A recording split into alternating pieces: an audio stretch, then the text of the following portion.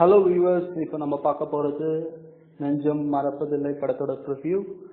இந்த படம் பார்த்தீங்கன்னா ரொம்ப நாளாக ப்ரொடக்ஷனில் இருந்தது. ஆனால் கடைசியாக பார்த்தீங்கன்னா இப்போ 30 ஜூன், அதாவது இந்த மாதம் ரிலீஸ் ஆக போகுது. ஸோ ஃபேன்ஸ்லாம் அந்த நியூஸ் கேட்டு ரொம்ப சந்தோஷமாக இருப்பாங்கன்னு தெரியும்.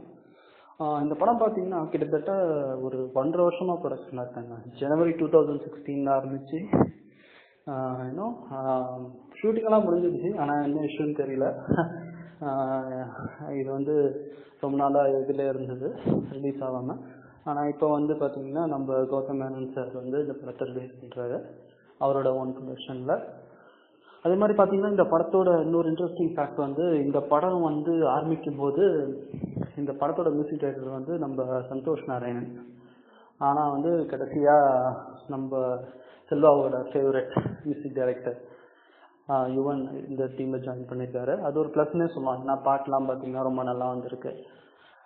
ஸோ அது மொத்தம் பார்த்தீங்கன்னா இந்த படம் ஃபேன்ஸோட எதிர்பார்ப்பை திருப்திப்படுத்துகிற மாதிரி இருக்கும்னு கண்டிப்பாக எதிர்பார்க்கலாம். நம்ம செல்வா சார்கிட்ட இருந்து ஒரு மிகப்பெரிய ஹிட்டை எதிர்பார்க்குறோம். அதாவது துள்ளுவதோ எல்லாமே, கவிஞர் ரெயின்போ காலனி அளவுக்கு எதிர்பார்க்குறோம். அவரும் ஒரு ஹிட் கொடுத்து ரொம்ப கேப் ஆகிடுச்சு. ஸோ ஃப்ரெண்ட்ஸ், கண்டிப்பாக இந்த படத்தை பாருங்கள், சப்போர்ட் பண்ணுங்கள். தேங்க்யூ, பாய்.